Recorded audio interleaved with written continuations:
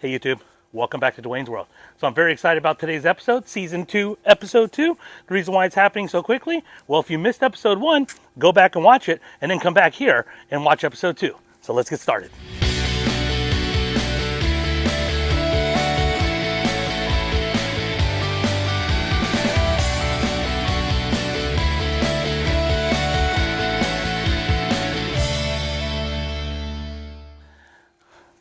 All right, so I know I'm going to confuse myself here, but this is Season 2, Episode 2, Part 2 of Season 2, Episode 1.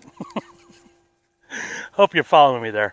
You know, this wasn't originally supposed to be what Episode 2 was about, but because Episode 1 was so long, I kind of figured I better break it into a second video, which is why we're in Episode 2 now, Part 2 of Part 1. I guess that makes sense. I don't know. So as you guys saw, obviously in the first video, I did do my scalp, and my scalp I had cut to 5/8 of an inch. It's kind of hard to believe that it was even 5/8 of an inch. I would have thought it was even lower with the amount of grass clippings that was coming off. But I did end my season closer to 3/4 of an inch, so it kind of makes sense why so much grass did come off. You know, I noticed when I was mowing, there were a lot of different places on my lawn where the grass catcher had gotten full, and a lot of grass was starting to overflow. And with that being said, I don't want to leave those clippings on my lawn. So what I'm going to do in this video is I'm going to do a quick cleanup. And the way I'm going to do that is with my rotary mower. Afterwards, I'm going to go ahead and throw down my Pre-Emergent. And then we'll be all wrapped up here to kick off our spring season. So with that, the one thing I do want to show you is I want to show you my soil temperature right now. So you'll get an idea of why I'm choosing to throw down my Pre-Emergent right now. All right, as you guys can see here, this is basically a meat thermometer, and the ambient temperature that it's reading right now out in the air is a little over 61.9 degrees, probably 62 degrees, we'll call it that. So what I'm going to do is I'm going to stick this in the ground, and basically it's going to be like a soil probe for me to basically read how warm the soil temperature is right now. Starting to go up a little bit, probably just because of the fact that I had it in a dark, cold drawer, but now that it's out in the heat, obviously it's starting to heat up. So with that, let's go ahead and poke it in the ground and see what type of temperature we get. All right, so I went ahead and let it sit in the ground here for a few minutes.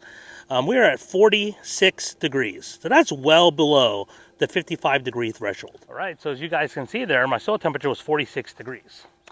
Now, I did do a temperature reading a couple days ago, and it was closer to 50 degrees. But you may be asking yourself, well, what does soil temperature have to do with anything? Or why are you caring about what temperature the soil is? One of the main purposes to why you are putting down Pre-Emergent is to prevent a whole host of weeds. But mainly, there's one weed that really bothers us during the summertime, and that's crabgrass. And crabgrass will start to germinate at 55 degrees. This is why it's important that once your average soil temperature reaches 55 degrees, that you already have Pre-Emergent down in the ground.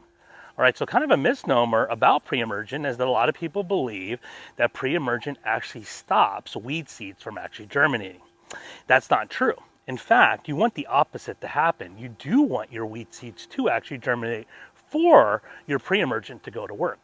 And what the Pre-Emergent does, after the weed seed had germinated, it affects the cellular growth of that weed seed, and ultimately the weed dies before it ever reaches the surface.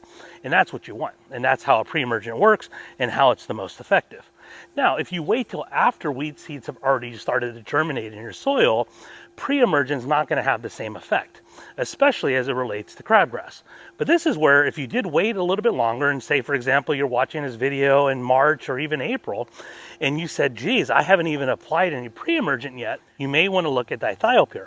Because dithiopyr does have some reach back capability, where if you have some baby crabgrass, there is some post-emergent characteristics as it relates to dimension and or known as dithiopyr. So that might be a better option for you. But if you have done your homework and you've planned properly, in my opinion, Prodiamine is the better way to go. Tends to last longer in the soil, and or you can apply it sooner and not have to wait as you get closer to that 55 degrees.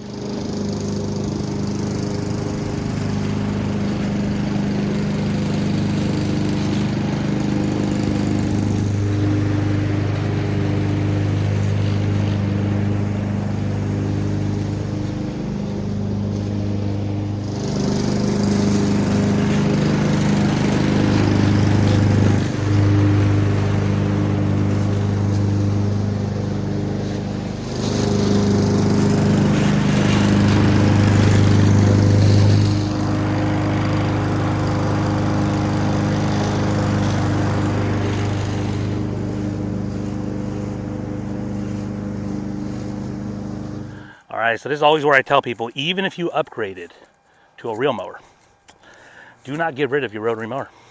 It works really well to be able to suck up extra debris out of your lawn, whether that be grass clippings, whether that be leaves, whatever the case. You know, if you think about it, the cost of replacing a blade on a rotary mower is very inexpensive. Even at a high-end $30 blade, it still beats the price of having to sharpen a real mower or replace a reel or a bed knife, right?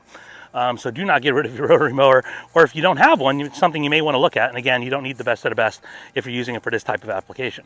So with that being said, you may be wondering, well, Dwayne, why is it that you care so much about removing as much of the clippings right now as possible? Well, the truth of the matter is it all has to do with my pre-emergent that I'm going to be putting down. Now, I really kind of went back and forth on this thinking, okay, do I go with a liquid? Do I go with a granular? Do I go with Prodiamine? Do I go with the thiopure? You know, so I was thinking about all the different options that are out there.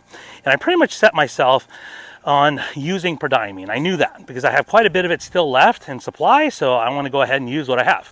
I also have that thiopure, but I'll be honest with you, I was not happy with the result I got during the fall season. Not necessarily because of a weed outbreak, but at the same time, the granular that they used in the yard mastery that I used, I wasn't happy with it. Believe it or not, when I was scalping, I actually still was pulling out granular that was from that thiopure. So I really couldn't believe that. It really just did not break down the way it should have. So again, I'm not going to go with that product. Now, with that being said, now the only choice is whether or not I go with liquid or whether or not I go with granular. And I really went back and forth on this thinking, what is the right thing to do? You know, in years past, I've always done liquid first, and then maybe a split application. I may have went back with a granular afterwards, but this year I'm going to change it up, and let me kind of explain why. I'm going to actually use a granular. And you may be thinking, well, Dwayne, if you had such bad luck with the granular during the fall, why in the world would you actually want to go back to a granular? Shouldn't you just stick with the liquid? And I could, and there would be nothing wrong with that. However, the reason why I'm choosing not to do that is because of the type of granular I'm going to be throwing down. Now, this is where I believe not all granulars are created equal. I'm a huge fan of Anderson's products, and Anderson's makes a Barricade Prodiamine product that has dispersible granulars. So what does that mean? It means it's really going to break down very quickly once water hits it. And that's what I'm looking for when it comes to a granular. Also, and there's no science necessarily behind this, so don't take this as, you know, that you have to follow the way Dwayne's World says to do it, because I'm sure there's other content out there online that it's going to contradict what I'm telling you now. A lot of people believe that liquids are the best route because they produce the best result. And I'm not going to disagree with that. They are very accurate, especially if you do it properly. You will get a phenomenal result when you're throwing down liquid. Think about the state of your grass right now as you're applying any type of pre-emergent. It's dry, right? There's no, the foliar is not green. There's going to be potentially a lot of uptake whenever you hit it with any type of water. That's kind of my theory, and why I think maybe it might work better for my application for me to go with the granular first and then come back in early spring, March, April, and apply a second treatment of Prodiamine, is pending that I'm using the correct rates. You don't want to go extremely heavy during the granular, and you do not want to go extremely heavy during the spring. The point is to split the two applications to be able to get the maximum effect, and that's what I've done in years past, and it's worked out really well. The reason why also I'm choosing to go with the granular is just because the first year I was able to stop crabgrass, I put that Anderson's down. And I'm a big believer that that's probably one of the reasons why it works so well. In years past where I strictly just went with the liquid, I don't know. Maybe I wasn't as skilled at applying the liquid at that point. I had problems. I still had a lot of crabgrass. So that is why I'm choosing to start out the season right. I've had great success. And if it's not broken and it's worked for me in the past, why change it, right? So here we are. It's the Anderson's 0.48 Barricade with dispersible granular. That's absolutely what we want. Let me go ahead and show you the granular as I already have it in the hopper. So let me show you guys the granular here. If you take a close look, it is an extremely small prill size, which absolutely works phenomenally to get down into the canopy. But again, as water hits every one of those granulars, it's going to disperse very quickly and get down into the soil. What I'll be using to apply that pre-emergent to my lawn is Anderson's SR2000 spreader. I absolutely love this spreader. It's going to work out really well and be able to produce an awesome result. And with that, let's get it spreading.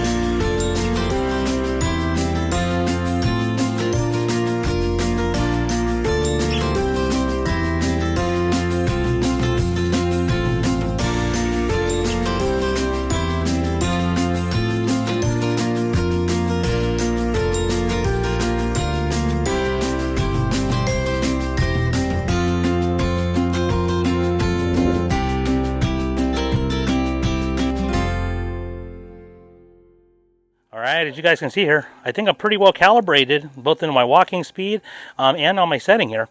I have a little under 7,000 square feet, and it definitely was just enough to be able to hit that home. It's really important. If you had a lot of extra material left in your hopper, that meant you were walking too fast.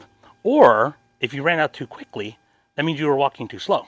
That's why it's so important you understand your equipment, so that way you can deliver the best application based on those label rates. Right. So all that's left now is to go ahead and water it in.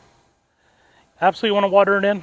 Now, if you don't have irrigation, obviously you want to time this up with when you will be getting rain in the forecast. Because in order for pre-emergent to work, whether it's granular or liquid, it absolutely has to be watered in. All right, so I hope you guys enjoyed episode 2, which is part 2 of episode 1 here on Dwayne's World. But remember, the secret of pre-emergent is get it down and get it down early.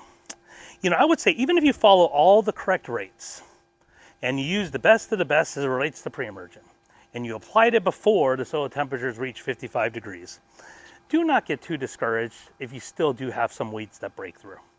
Because remember, what would your lawn have looked like had you not applied any pre-emergent? And you also have to remember, lawn care is a journey. I think about when I first moved into my property, and I've been here about 5 years now. It probably took me a good 2 years before I was able to get rid of the crabgrass in my lawn. And I think it makes sense because over time, you learn more, you learn what works best in your lawn.